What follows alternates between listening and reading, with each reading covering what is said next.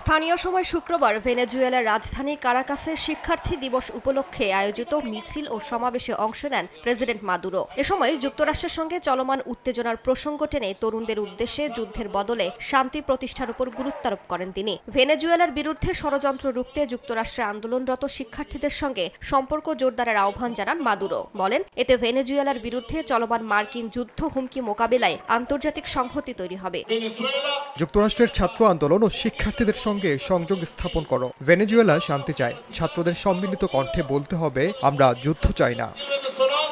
Washington DC Caracas সম্পর্কের দিন দিন অবনতি হচ্ছে। ক্যারিবীয় অঞ্চলে মার্কিন সামরিক উপস্থিতি বাড়ানোকে মাদুরো প্রশাসন ক্ষমতার চর্চা হিসেবে দেখছে। এর মধ্যেই কার্টেল দে লস সোলে নামে কথিত ড্রাগ নেটওয়ার্ককে বিদেশি সন্ত্রাসী সংগঠন হিসেবে ঘোষণা দেওয়ার কথা জানিয়েছে যুক্তরাষ্ট্র।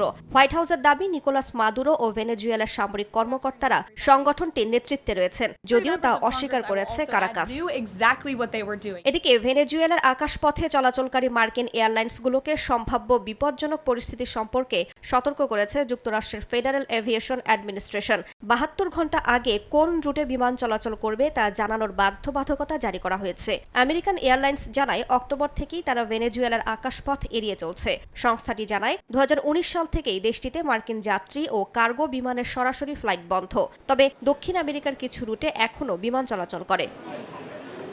রাইসা জান্নাত, সময় সংবাদ।